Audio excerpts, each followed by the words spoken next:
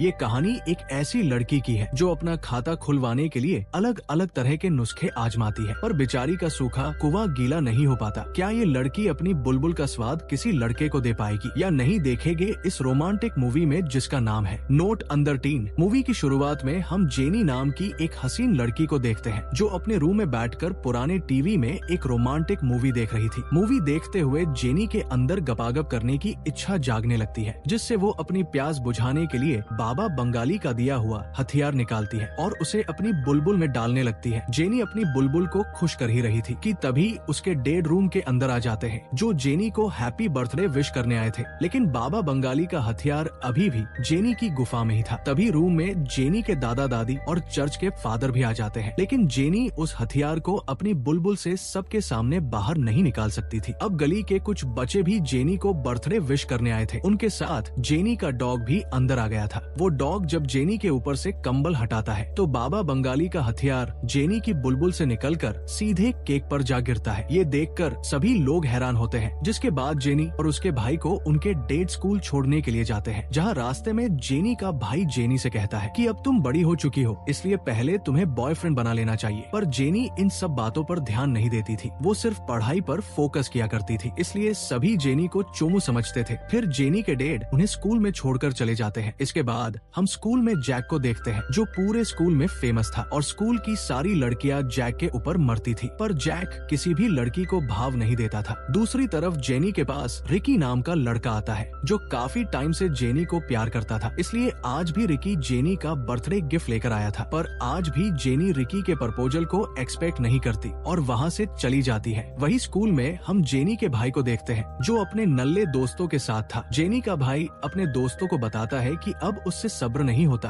क्योंकि उसका चेतन अब किसी की बुलबुल में जाने को बेकरार है, इसलिए अब उसे किसी लड़की के साथ जोरदार तरीके से पलंग तोड़ करना था। तभी उसकी नजर सामने से आती हुई अमांडा के ऊपर पड़ती है जो कि दिखने में एकदम पटाखा थी। अमांडा को देखते ही जेनी का भाई सोच लेता है कि इस लड़की की बुलबुल को तो मैं ही अपने छोटे चेतन से पानी पिलाऊंगा। दूसरी तरफ हम जैक को देखते हैं जो अपने बेरोजगार दोस्तों से बातें कर रहा होता है। तभी निया नाम की हॉट लड़की जैक के पास आकर उससे गपागप करने की बोलती है, क्योंकि निया वैसे तो जैक की सौतेली बहन थी, पर उसको तो जैक के हथियार से अपनी गुफा में धमाके करवाने थे। लेकिन जैक उसकी गुफा में धमाके करने से मना कर देता है क्योंकि जैक पहले से रिलेशन में था। तभी जैक के पास उसकी जीएफ लैला भी आ जाती है जो जैक से अकेले में बात करना चाहती थी, इसलिए वो जैक को कोने में लेकर जाती है जहाँ लैला जैक को बताती है कि मैं अब तुमसे ब्रेकअप करना चाहती हूँ क्योंकि तुम्हारे पप्पू से मेरी बुलबुल को कुछ फर्क नहीं पड़ता और मुझे मजा भी नहीं आता। ये सुनकर जैक को बहुत बुरा लगता है। जब जैक लैला के दूसरे बॉयफ्रेंड को देखता है जो कि दिखने में एकदम चोमू था, इसलिए जैक लैला को समझाता है, पर लैला को तो बस मोटा चेतन ही चाहिए था, इसलिए वो जैक की बात नहीं सुनती। इसके बाद हम जेनी को देखते हैं जो ड्राइंग रूम में बहुत मेहनत करके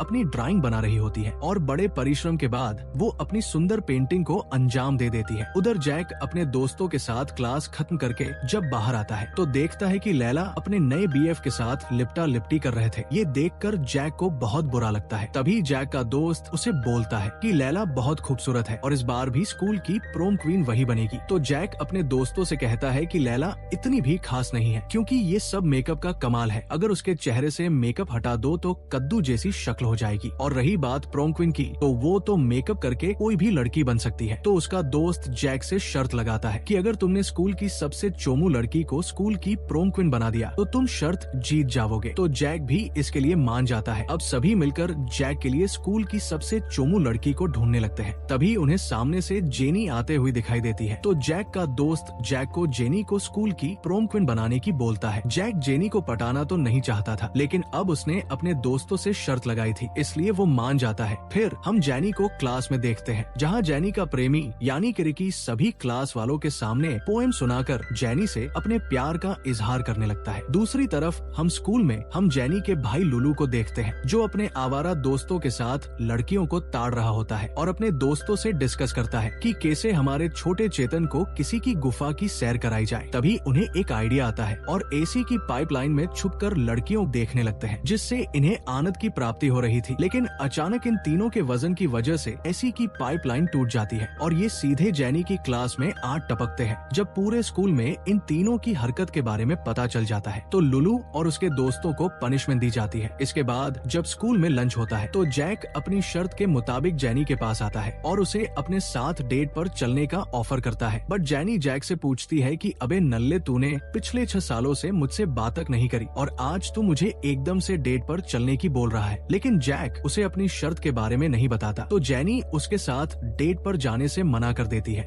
इसके बाद हम देखते हैं कि कुछ लड़के ग्राउंड में फुटबॉल खेल रहे होते हैं, लेकिन जैक सबसे अलग अकेले में बैठा हुआ कुछ सोच रहा था कि वो भी पहले फुटबॉल मैच खेला करता था, पर जैक की हरकतों की वजह से मैच में एक आदमी की जान चली गई थी, इसलिए जैक को मैच से बाहर निकाल दिया था। वही रात को हम जेनी को देखते हैं जो जैक के बारे में सोच रही थी, तो जेनी के पास उसके डेड आते हैं। जेनी जब अपने डेड को जैक के बारे में बताती है तो उसके डेड जेनी को समझाते हैं कि जेनी बच्चा, तुम अब बड़ी हो चुकी हो और तुम्हारी बुलबुल भी काफी गुलाबी, और हमने देखा है तुम किस तरह अपनी बुलबुल को शांत करती हो, इसलिए तुम्हें जैक के साथ डेट पर जाना चाहिए। उधर जैक भी अपने घर अपनी बहन निया के पास जाता है और निया से कहता है कि तुम्हें मेरी हेल्प करनी होगी जेनी को पटाने में, ताकि मैं उसे स्कूल की प्रोम क्वीन बना सकूं। तो निया जैक को कुछ आइडिया बताती है जिससे वो जेनी को इम्प्रेस कर सके, लेकिन निया भी इसके बदले जैक से अपनी बुलबुल को गीला करने की बोलती है। जैक निया को समझाता है कि तुम मेरी बहन हो, इसलिए मैं ऐसा नहीं कर सकता। तो निया बोलती है, मुझे इससे कोई फर्क नहीं पड़ता, मुझे तो बस अपनी गुफा में धमाके करवाने हैं। लेकिन जैक निया को खुश किए बिना ही वहाँ से चला जाता है। अगले दिन हम स्कूल में देखते हैं कि कुछ लड़के जेनी के भाई लुलू की धुलाई कर रहे होते हैं, तो जैक आकर लुलू को उन लड़कों से बचाता है, पर लुलू जैक को ही मुक्का मार देता है। तो जैक भी गुस्से में लुलू को धोने लगता है, जिससे जेनी उसे ऐसा करते हुए देख लेती है। मतलब कि भाई को बचाने वाला आइडिया तो फेल हो चुका था। इसलिए जेनी जब पार्क में सबके साथ पेंटिंग बना रही होती है तो जैक वहाँ आकर उड़ उड़ दबंग दबंग गाना गाने लगता है, पर जैक गाने में बोल देता है कि जेनी के हाथ में गन। ये सुनकर सभी लोग वहाँ से डरकर भाग गए थे और पुलिस वाले वहाँ आकर जेनी को दबोच लेती है। मतलब ये आइडिया भी फ्लॉप हो गया था।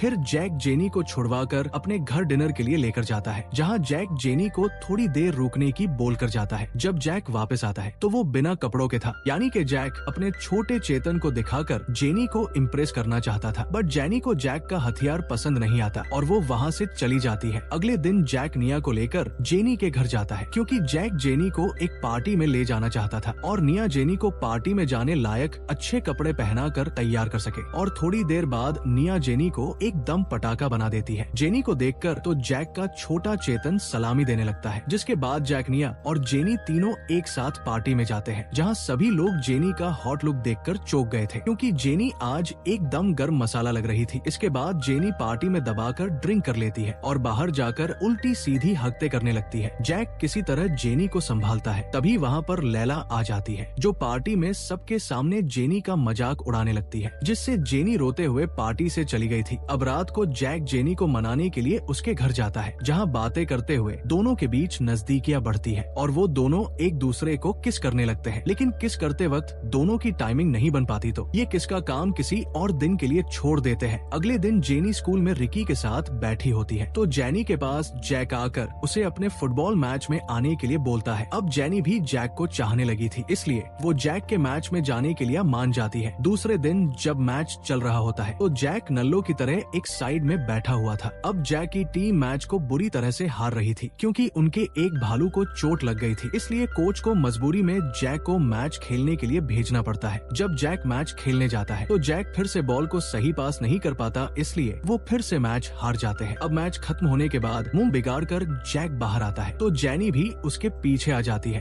और जैक को समझाने लगती है कि एक गेम ही तो हारे हो और वैसे भी गेम में तो हार जीत चलती रहती है, इसलिए तुम ज्यादा परेशान मत होवो। वो दोनों आपस में बातें कर ही रहे थे कि तभी वहाँ जैक का फ्रेंड आ जाता है, जो मैच हारने के दुख से जैक से बोलता है कि आज हम तुम्हारी वजह से मैच हारे हैं, इसलिए मैं जेनी को सब कुछ बता रहा हूँ। और वो जेनी के कानों में कुछ फूस फूस करने लगता है। अब जैक को लगता है शायद उसने शर्त के बारे उसे बता दिया होगा, तो जैक खुद ही अपनी शर्त के बारे में जेनी को बताने लगता है, क्योंकि अब जैक भी जेनी को पसंद करने लगा था। अब शर्त की बात सुनकर जेनी वहाँ से रोते हुए भाग गई थी। जैक का दोस्त जैकी बताता है कि मैंने जेनी को कुछ भी नहीं बताया था और पकड़ू तूने उसे सब कुछ सच बता दिया, लेकिन अब क्या ही कर सकते थे। आने वाले कुछ दिनों जैक और जेनी दोनों आपस में नहीं मिलते, लेकिन वो दोनों एक दूसरे को बहुत मिस कर रहे होते हैं। अब वो रात आ चुकी थी जिसके लिए जैक ने शर्त लगाई थी, यानी कि प्रोम क्वीन चुनने वाली पार्टी, जहाँ जैक का फ्रेंड जेनी को अपने साथ लेकर आता है और जैक अपनी सौतेली बहन निया के साथ। उसी पार्टी में जेनी का भाई और उसके दो नल्ले दोस्त भी होते हैं जो बस किसी की लेने की सोच रहे थे। तभी जेनी का भाई हिम्मत करके अमांडा के पास जाकर उसे लेटर दे देता है। पहले तो अमांडा उस लेटर को पढ़कर उसके साथ गपागप करने से मना कर देती है और जेनी के भाई से बोलती है कि मैं बस तुम्हारा लॉलीपॉप का स्वाद ले सकती हूँ, जिसके लिए अमांडा उसे अपने साथ ले जाती है। उधर जेनी जैक के फ्रेंड के साथ डांस करने लगती है। ये देख जैक भी निया के साथ डांस करने लगा था। दोनों एक दूसरे को जलाने की कोशिश कर रहे थे। तभी जैक की सौतेली बहन जैक को किस कर लेती है, जिससे जेनी को बिल्कुल भी अच्छा नहीं लगता और वो वहाँ से चली जाती है। थोड़ी देर बाद स्कूल के प्रिंसिपल पार्टी में आकर प्रोमी क्वीन और प्रोम किंग का अनाउंसमेंट करते हैं, जहाँ प्रोम किंग तो जैक को बनाया जाता है। अब बारी आती है प्रोमी क्वीन की तो लैला सोचती है कि उसको ही प्रोमी क्वीन बनाया जाएगा, लेकिन ऐसा नहीं होता और दो लड़कियों को प्रोमी क्वीन बना दिया जाता है, जिससे वो लड़कियां जैक के साथ चिपका चिपकी करने लगती है। ये देख जेनी वहाँ से जैक के फ्रेंड के साथ निकल जाती है, तो जैक भी जेनी को ढूंढने के लिए उसके पीछे जाने लगता है। तो बीच में जैक का कालू फ्रेंड उसे बताता है कि जेनी होटल में अपनी बुलबुल को गीला करवाने के लिए गई है। तो जैक जल्दी से भागते हुए होटल पहुँचता है, जहाँ जाने के बाद जैक को पलंग तोड़ने की जोर जोर से आवाजें आ रही थी। वो जब अंदर जाकर देखता है तो उसकी एक्स GF लैला और उसका दोस्त पलंग तोड़ रहे होते हैं और जिसको लैला ने BF बनाया था वो उनका वीडियो बना रहा था। जैक गुस्से में आकर तीनों को मुक्का मारकर वहाँ से जेनी को ढूंढने के लिए निकल जाता है और सीधे जेनी के घर पर जाता है, जहाँ पर जेनी के डैड आर्मी वाले बने हुए थे। जेनी के डैड जैक को बताते हैं कि जेनी पेरिस जाने वाली है और वो अभी तो एयरपोर्ट पर ही होगी। तो जैक जल्दी भागकर एयरपोर्ट पर जाता है और जेनी को ढूंढकर एक फुटबॉल से उसके सर पर मारता है, जिससे जेनी रुक जाती है और जैक जल्दी से भागकर जेनी के पास जाकर उसे अपने दिल की बातें बताने लगता है, जिसे सुनकर जेनी का भी दिल धड़क उठता है और वो पेरिस जाना कैंसिल कर देती है और आखिर में दोनों वही सबके सामने